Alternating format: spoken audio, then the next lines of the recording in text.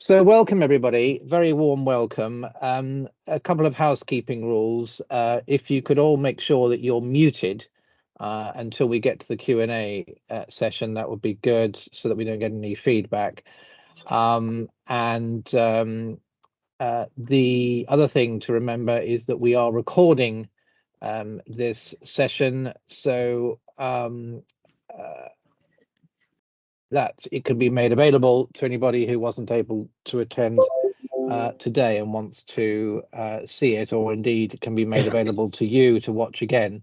Someone's unmuted themselves, so I can hear someone in my ear. So if you could mute yourselves, that would be great. We're going to take some questions in the at the end. So I'm going to speak for about half an hour, 35 minutes, and then we'll open the room to questions. And I mean, do put some questions in the chat room if you think of any along the way. Don't wait till the end, and we'll also do a quick pause at the end of my presentation for you to put in any questions in the chat room and to think about some questions as well. So you have joined the Charity Governance Code webinar.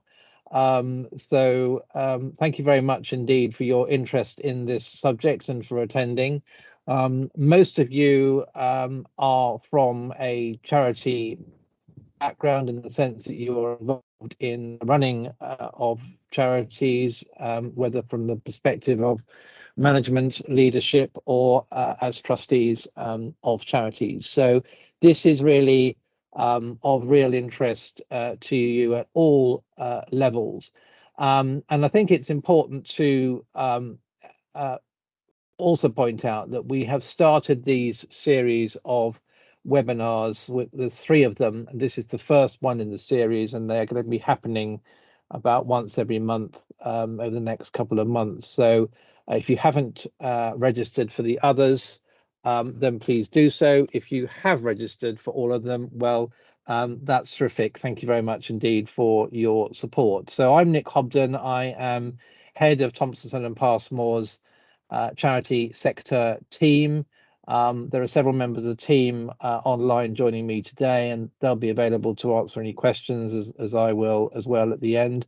And today's focus is on the Charity Governance Code, which has been in force since 2017 and underwent a refresh in 2020. And we are expecting sometime this year a brand new version, a 2023 version, which will contain some of the existing provisions, but will also add some more, and I'll go through those with you shortly. So without further ado, if I can share my screen and go to my desktop and open that up. I hope you can see some slides. If Yep. Cara, you can say yes. Thank you very much, Cara. Basically off we go. So this is what we're about today, and this is the beautiful bunch of lawyers at the charity sector team of Thompson and Passmore. We have experts from dispute resolution, property, straight charity, governance, employment, and company, commercial, and funding as well. So today's webinar is on the Charity Governance Code, and we're going to do the Charities Act 2022 for our second webinar. And the third one will be threats to charities' reputation and managing risks. So what about the Charity Governance Code, folks? Well, it's been around now for around about 6 years since it was published in 2017. It was desperately needed by the sector, and it was a response to various pieces of legislation and oversight by the Charity Commission, which essentially oversees and regulates charities and takes enforcement measures when it needs to, and is actually a very sound tool for charities in England and Wales. It's not a legal a regulatory requirement, but it is a tool to set out principles and practices that are recommended for charities to implement in order to assist them in achieving the high standards to which they should all aspire. Much of the code also applies to other not-for-profit organisations that deliver a public benefit, as well as organisations that have a social purpose. As I said, the code is not a legal or regulatory requirement for charities to follow, but it is described as deliberately there as a tool and is set out to be aspirational. And our experience of those who have started to implement it is that they have been on a journey and are still going on that journey of implementation and compliance. Now, the code was refreshed in 2020 following publication of the code's 3 years earlier in summer 2017. The steering group who oversee the code and its publication and review decided that it should be reviewed at 3 yearly intervals. This was to ensure that it remains current and in line with the expectations of various stakeholders within the charity sector. The steering group is comprised of ASIVO, the Association of Chief Executives of Voluntary Organisations, the Charity Leaders Network in a sense, the Association of Chairs, of which we as a firm are members, the Institute of Chartered Secretaries and Administrators, renamed as the Charity Governance Institute, NCVO, the National Council for Voluntary Organisations, Small Charities Coalition, and the Wales Council for Voluntary Action. So all of them with vast experience of looking at and working with charities over the years. Between 2017 and 2020, the charity environment had undergone a number of changes and challenges, not least, of course, COVID in 2020, and the steering group wanted to ensure they reflected these changes and developments moving forward. The consultation took place and it was between November 2019 and February 2020. The aim here was to identify whether there were any problems with or gaps in the 2017 code and to understand how these could be improved. There were almost 800 responses to the online survey, including substantive and helpful comments from about 131 of the respondents. Overall, 85% of those respondents agreed with the proposal to update it and refresh the code as it was, as opposed to a complete overhaul of each of the principles. And when asked, do you currently use the code, 90% of respondents responded that they did, noting that either they had fully adopted it or had adopted it to some extent, or they were working towards it being fully adopted. And that is very much still the case in our experience of the charities that we deal with and advise from time to time. So what do we have at the moment with the code? Well, the Charity Governance Code has 7 principles or pillars of good governance. And the 2020 code still consists of these, but in 2 respects, there've been updates. There's the update to the integrity principle, number 3, and an update to the diversity principle, number 6, which has been expanded to say equality, diversity, and inclusion, or EDI. Now, I will discuss these changes in further detail later on, but I just want to give you an opportunity to look at this slide and refresh your memories, or perhaps you haven't come across the code before, on the 7 principles.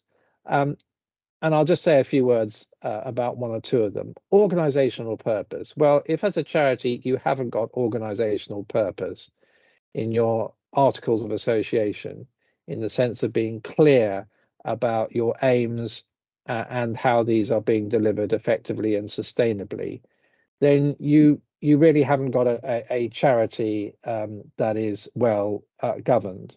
I often call it the elevator speech. Can you turn to each of your trustee board members and ask them if they were in an elevator with a total stranger and they were asked about their charity, could they sum up what the charity's aims are and how they're being effectively delivered and sustainably delivered. Leadership, well, of course, every charity, every organization for that matter, needs a good leader, but it has to be a strategic leadership in line with the aims and values of the charity. Decision-making, risk control is all about the internal processes by which decisions are arrived at, that they're informed, rigorous, and timely, that there is effective delegation when necessary. Board effectiveness goes hand in hand with this decision-making, risk and control. So the board is an effective team. That means that there is collective responsibility, a little bit like cabinet collective responsibility, that once decisions are made, that each of the trustees are bound by those decisions and sign up to them and are supportive of them and sing from the same hymn sheet. And it's also about striking the right balance of skills, experience, and backgrounds and knowledge to make informed decisions. And finally, the seventh principle of openness and accountability, that the organization is transparent and accountable. And this includes the way in which it deals with conflicts of interest, both personal conflicts of interest as a trustee. There might be a conflict of interest. Let's say a trustee owns a piece of land which the charity uses from time to time. There is an inherent conflict of interest, and so there needs to be processes for dealing with those conflicts of interest. That's about openness and accountability. So let's take the integrity principle, which has been refreshed, and RSM accountants in 2019 highlighted that the integrity principle was one of the least well applied of the code's principles, and quite worryingly, only 35% of charities analysed demonstrated the basic regulatory requirement, without further detailing how the wider public perception of the charity had been taken into consideration. So this was recognised by the steering group, who set out specific questions relating to existing integrity principle to those participating in the consultation survey. And question 11 of the survey was, should the integrity principle include the right to feel safe? 67% of respondents said yes, it should. Now this is interesting. The right to feel safe. Is that a precursor for safeguarding of vulnerable people or children? Well, yes, you'd be right, because the issue of safeguarding had developed and progressed largely in the years between 2017 and 2020. And why? Well, because shortly after publication of the 2017 code, the Charity Commission issued an alert to charities following a number of serious safeguarding incidents reported to the Commission and media interest in the topic. Now, we've all read about these unfortunate serious incident reports because the charity have publicised them and they've appeared in the charity press.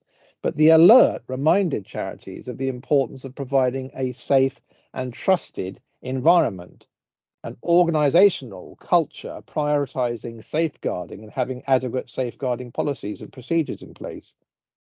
Now, the Commission provided clear guidance on the topic, reminding charities that trustees must take reasonable steps to protect beneficiaries and employees from harm, and that trustees must be alert to the risk of exploitation of vulnerable people.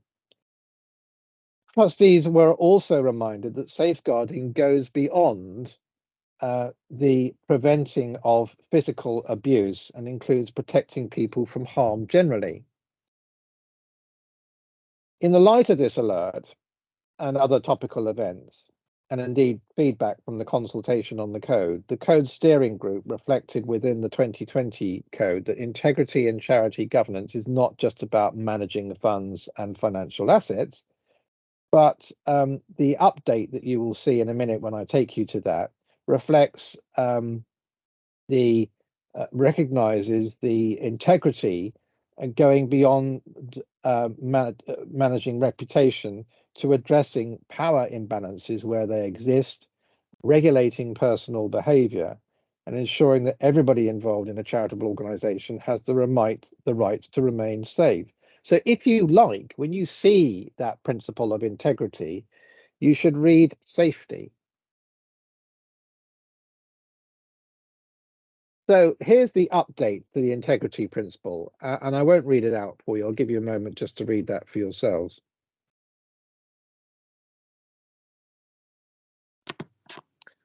I've highlighted in bold the bits which essentially are at the core of this integrity principle. And it is also about public confidence and trust in charities.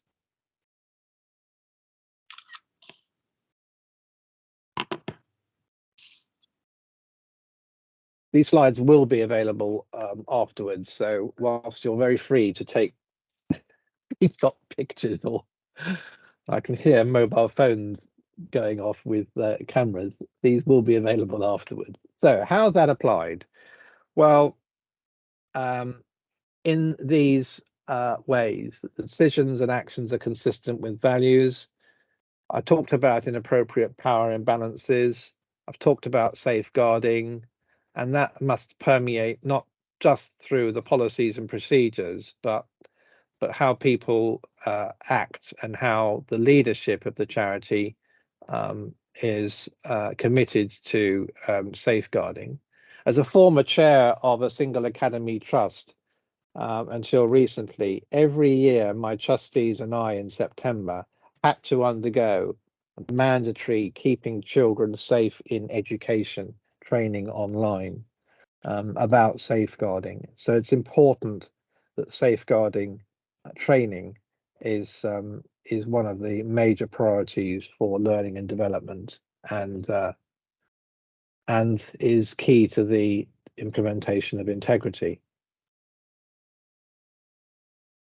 Now, the themes arising from that principle, I'll go on to the diversity principle next. Questions about the diversity principle received the most responses in the consultation on the 2017 code. And the responses showed strong support to the idea to change the name of the principle and to widen it to include equality, diversity, and inclusion. The RSM 2019 survey indicated that only 17% of charities could demonstrate good or excellent compliance with this particular principle. The Charity Governance Codes report published on the consultation noted that the most common themes arising from the respondents' suggestions in order were as follows: to broaden diversity beyond protected characteristics of race, disability, gender, age, etc., to improve stakeholder representation on boards. I know that boards wrestle with this. Some charities I've worked with and have conducted a charity governance code audit, they have struggled with the fact that some members do not engage to the point where they're willing to come on to the board to help govern the charity. This is not going to happen overnight. It is a marathon, not a sprint. But what you can do is you can set out your aim and to try and achieve that aim over a period of time. So diversity of the whole charity, obviously it touches and concerns recruitment practices. You should seek input from specific groups. You should, for example, when you're creating a policy, give particular consideration to your public sector equality duty, which is contained in the Equality Act 2010, because that essentially says that you have to carry out an impact or risk assessment about the impact that your policy, let us say a complaints policy, has on people who may be disabled. For example, if you have a time limit for complaints to be made within 3 months of a particular act complained about, is that 3-month period going to be enough and is going to provide sufficient time for a disabled person, for example, to have their voice heard? So you ought to have a public commitment to diversity with an annual explanation, I would suggest, in your annual report as to why the board is not sufficiently diverse and what you're doing about that and where you are in terms of your journey. Now, the update to the diversity principle is on the screen here. And again, I won't read that out. I'll leave you to read that to yourselves. Take a moment's breath.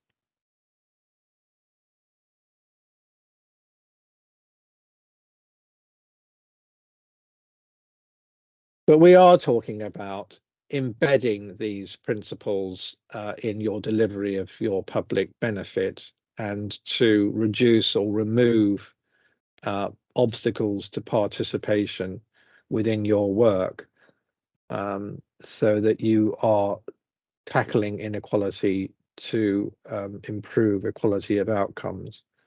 The board should be more effective and reflecting different perspectives, perhaps different backgrounds, experiences, skills, etc. This is all very helpful in terms of your road to implementation.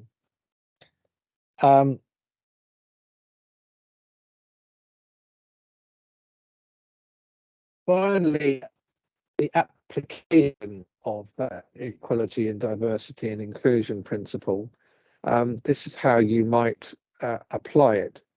So the additions to the existing list of recommendations suggest that you analyze and define how equality, diversity, and inclusion are important for the charity in the context of your operations and delivery of your aims, and you assess your own understanding of equality, diversity, and inclusion, identifying any gaps, and fill those by discussion, learning, research, or information.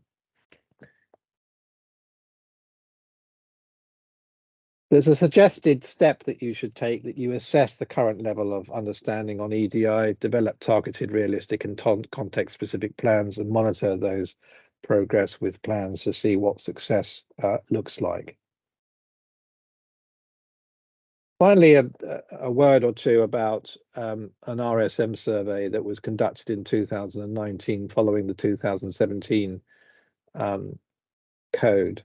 And it's worth reminding ourselves where charities were on the spectrum of implementation. They analysed amongst their client base of charities who responded to the survey, 85 charities involved, that the highest scorers in implementation were the larger charities over 20 million with a score of nearly 58%. Smaller charities, i.e. the 5 million to 10 million income, scored 44.6. But the lowest scorers, interestingly, were the medium-sized charities of between 10 and 20 million, whose average score of compliance was 38%. Medical research and health charities were the best at applying the code, but others not so good at applying the code. Resources and income are not a barrier to good governance, so that's worth reminding ourselves about that. Other key findings from the survey reveal that only one of the charities surveyed failed to include any mention of risk in their annual report. 70% of charities failed to outline board effectiveness review process, and 9 of the 85 charities surveyed failed to report on the charity's policy on executive pay. And only 22% of charity websites had diversity statements. Now, I suspect that these figures will have changed in the last 4 years since this survey was done. And I think it would be interesting for you to take away from this those questions about the level of implementation. How can we help before I look at it to the future? Well, as a team, we offer advice to charities, large or small, on various legal disciplines from property, employment disputes, funding, and governance. But we've also are able to conduct a review or an audit of where your charity is on its journey of implementation of the code. And it's done over an hour or an hour and a half series of questions. And then we produce a graph on high impact or low impact and high risk or low risk. And we see you where you are on that graph in terms of the areas that you might need to focus on in implementing the code. It's free of charge, and we will travel up to an hour away from any of our offices to come and see you, or we can conduct it on Teams, and it is free. We need to restrict numbers because there can be a temptation to get all of your trustees involved in this, and then the whole audit takes about 2 or 3 hours. If you were to appoint a steering group on governance, on the compliance with the governance code, and put yourself through this audit, you might be surprised at some of the results. You might also be encouraged as well. And our experience is that those people who've undertaken that review with our help have found it very helpful. It has been the focus of future discussion and implementation of certain measures, whether it's the review of your articles of association to review and change of your policies and procedures. And now, finally, he says, what does the future hold? Well, this year we'll see a new charity governance code, which will include these additional areas. So we will go essentially from a 7 principle or pillar code of governance to one with 12 pillars. And wow, that's an enormous challenge for many charities to try and deal with some of these issues. But the Charity Commission and the voluntary sector as a whole and the steering committee believe that charities have to adapt to the changing world, the socio-political, economic world, and that means that environment and sustainability is an important issue, as is digital skill and opportunities. How are you going to embrace and utilize and exploit the advantages of artificial intelligence? Are your investments going to be ethical? Are there barriers to people becoming trustees? And then we've got our old friend GDPR, which obviously has been around for a long time, but it now deserves its own principle or pillar. So it'll be interesting to see how and when these principles might be considered moving forward. But rest assured, we will bring you the latest developments, and we will invite you back to go through the latest code when it is produced later on this year. And I'll finish there and say any questions, and I'll stop sharing my slide. Thank you very much indeed.